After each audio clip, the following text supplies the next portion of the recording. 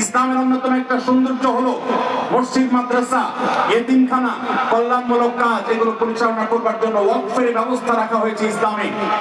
কেউ তার জমি জীবদ্দশায় ওয়াকফ করে গেলে কিয়ামত পর্যন্ত সেই জমি যে উদ্দেশ্যে ওয়াকফ করে যাওয়া হয়েছে সে উদ্দেশ্যে ব্যয় করতে হবে।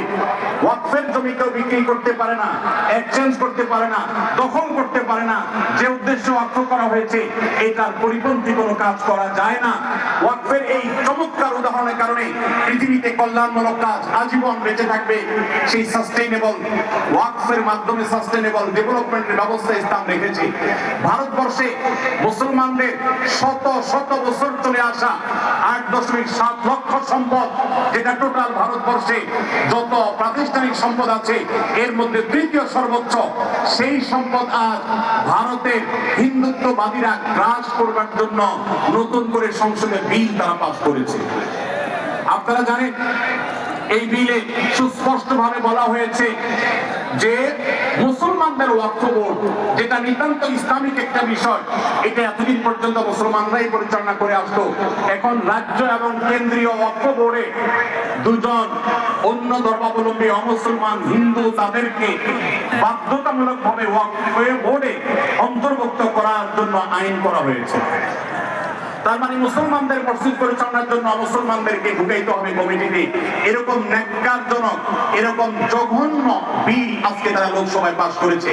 আমরা বাংলাদেশের এই প্রান্ত থেকে এই জঘন্য মুসলমানদের স্বাধীনতা হরণকারী, মুসলমানদের অধিকার খর্বকারী এই কালো আইন যেটা হতে যাচ্ছে সেটার বিরুদ্ধে আমরা তীব্র নিন্দা এবং প্রতিবাদ জানাচ্ছি।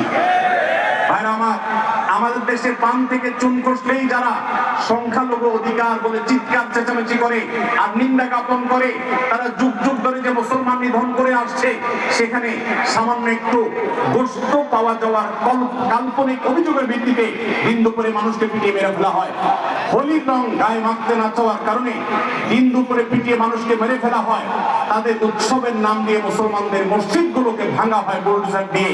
যেখানে হাজার বছরের পুরাতন বাবরি মসজিদ ভেঙে সেখানে রাম মন্দির নির্মাণ করা হয়, ওয়াকফ বোর্ডের উপরে কর্তৃত্ব প্রতিষ্ঠা করার মাধ্যমে মুসলমানদের লক্ষ লক্ষ সম্পদ, এটাকে হিন্দুরা তাদের মতো করে মসজিদ মাদ্রাসাগুলোতে আরো বহু রাম মন্দির প্রতিষ্ঠা করার আইনি ভিত্তি তারা তৈরি করেছে।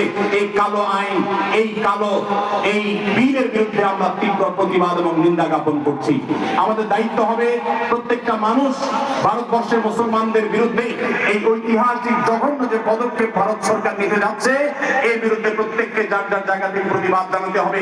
ওয়াকফ সম্পদ এটা মুসলমানদের অধিকারের ব্যাপার, সামাজিক এবং ধর্মীয় অধিকারের ব্যাপার। মুসলমানদের সে অধিকার থেকে তারা বঞ্চিত করছে, একের পর এক কালো আইন করে করে মুসলমানদেরকে বঞ্চিত করা হচ্ছে। আমরা নিন্দা জানাই। সেই সাথে ভারতের একটা আইন আছে, 12 বা 13 বছর যদি কেউ কোনো জমি নির্বাধায় দখল রাখতে পারে সেটা মালিকানা দাবি করতে পারে। ওয়াকফের জমিগুলো এখন কেউ যদি এভাবে দখল করে রাখতে পারে আর সংশ্লিষ্ট ওয়াকফ বোর্ড যদি কোনো আপত্তি না জানায়, তাহলে সেটা সে